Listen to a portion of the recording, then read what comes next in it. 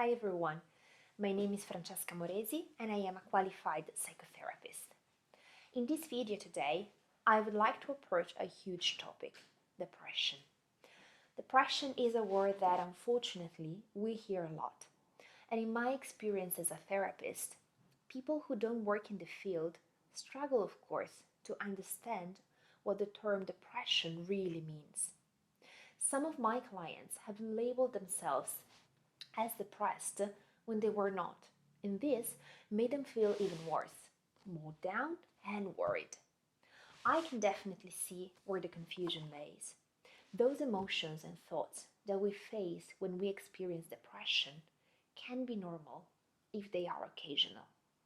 We all feel down from time to time, or demotivated, or guilty, or helpless, right? These feelings and the negative thoughts associated with them can be a normal part of the human experience of our life. If you feel them, it does not mean that you are necessarily depressed. Of course, these feelings are still very difficult to feel and to deal with. They are important and they need your attention. In fact, they could be warning signs, and I would encourage you to take care of them if that's what you are experiencing. Sometimes, when we overlook these emotions, they can actually develop into depression. It's when those feelings are persistent that depression rises. This means that they need to be present for more than 2 weeks, nearly every day, for most of the day, and that they cause significant distress or impairment in your social life, at work, or in other important areas of your life. For example, this could mean that you isolate yourself because of these feelings, spending your days in bed instead of going to work or instead of going out with your friends. Or you do go to work, but it's impossible for you to carry it out because of the lack of concentration. Or perhaps the quality of your relationships change and they become more negative and oppositional. In more severe cases, suicidal thoughts and self-harming can also be present. Another reason why sometimes depression can be confusing to spot is because depression is actually different from one person to another. Yes, exactly. There is a common ground, but my way of experiencing depression is probably different from yours. Hear me out. Clinically speaking, depression is a syndrome. We call syndrome a group of signs and symptoms that occur together and characterize a particular condition. There are different signs and symptoms that characterize depression, and the combination of those symptoms can vary from an individual to the other. Makes them matched, right? That means that different people can experience depression in different ways, even though, of course, there are common features, such as experiencing a depressed mood or loss of interest or pleasure in daily activities. Also, remember that aside from the emotional problems, such as feelings of worthlessness, undecidedness, or suicidal, depression can also present itself with physical symptoms, such as chronic pain, loss of energy, or digestive and sleeping issues. So, now that I have given you an insight about depression, I would like to tell you about my personal experience with it, and hopefully, it'll help you have a better idea of what it is, beside any clinical description. I have suffered from depression quite a few times in my life. This is probably one of the things that prompted me into studying psychology and becoming a therapist. Therapists may also suffer from depression, you know. Personally, I find that my experience of depression got milder, got milder and milder the more I grew personally. But the last two episode was 2 years ago, after I had already been a therapist for years. So lesson number one: no one is immune to depression. We are all human. Today, I would like to talk to you about the massive depressive episode I had 7 years ago after moving to London. I moved here on December 28th after a beautiful Christmas with my family. I was excited to move. I was finally moving in with my boyfriend, the person who then became my husband. London is just wonderful at that time of the year, right?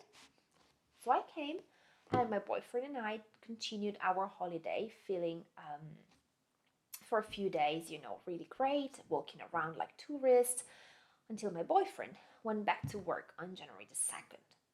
And I found myself alone at home looking for a job. At first, I still felt all the excitement, but after a few weeks, I kept being rejected because my qualifications were not transferred yet.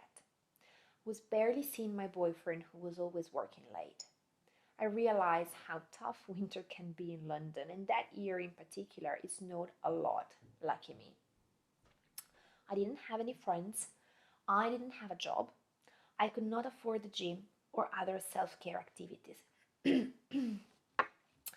After a couple of months, I remember spending a lot of days watching Grey's Anatomy on the sofa, giving myself a reason to cry. In fact, I was still in denial and I would not recognize my symptoms. By the time summer came, I remember feeling stressed and volatile, always in need of oversleeping. My parents offered me the opportunity to visit them in Italy, and nothing was more tempting. But I was feeling so guilty for not having a job, I could not possibly deserve a holiday with my family. Also, I had already booked a stay at one of my best friend's home that summer, and it would have been too much. My denial was telling me I was far too busy to have time for true holidays. I have a stressed life in London to sort out, right? So, instead, I finished all the available episodes of Grey's Anatomy and I kept crying for it on the sofa. Anyway, when it was about time to go to my friends in Italy, I thought I would have felt over the moon. But actually, I felt nothing. And I mean it, nothing. So I thought, well, the excitement will come when I get there, when I see my friends. And then I went. Still nothing. I didn't understand. I was still feeling lethargic and nothing could bring me joy. Not even the sea, one of my favorite things in the world. And it was actually while watching the sea that it hit me. My friends and I were having a coffee in a bar on the beach, and whilst they were talking and I was watching at the sea, I unexpectedly burst out in tears, apparently for no reason.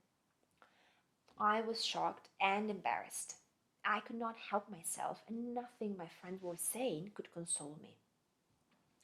I had to ask them to leave and let me alone until I'd stop crying. Though I didn't stop, and after a long while, I got back to my friends, still crying, and I remember feeling so ashamed.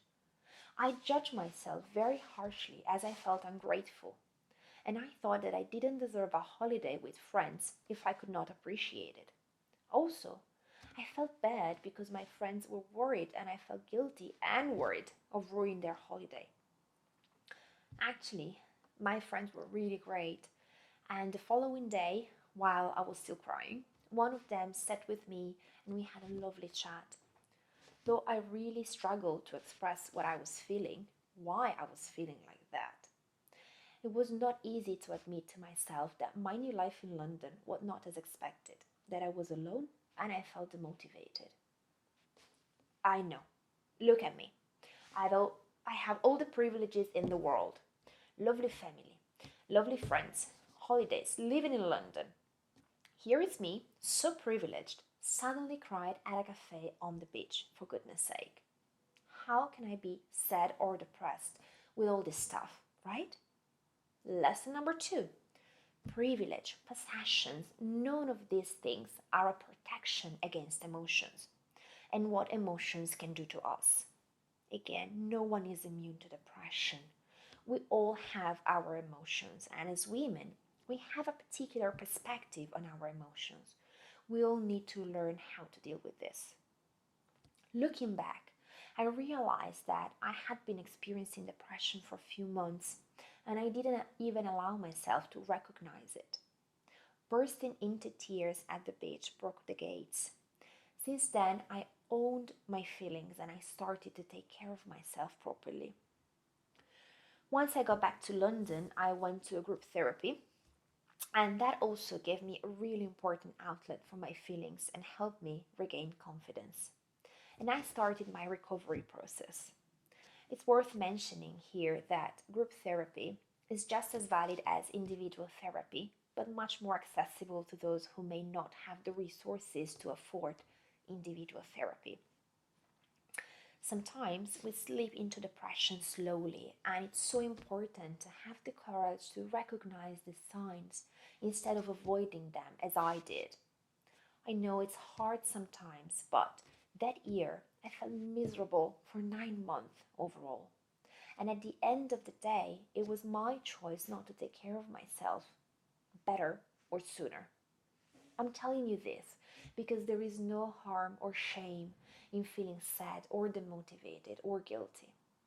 Own it before it gets more serious. I wish I did because I would have saved myself some pain. If you don't feel that you have the strength to do it on your own, ask for help. I am now enjoying my life in London, you know. I have many friends, a loving husband, a work that I deeply love. I have experienced depression twice more since then, though, in the last 6 years.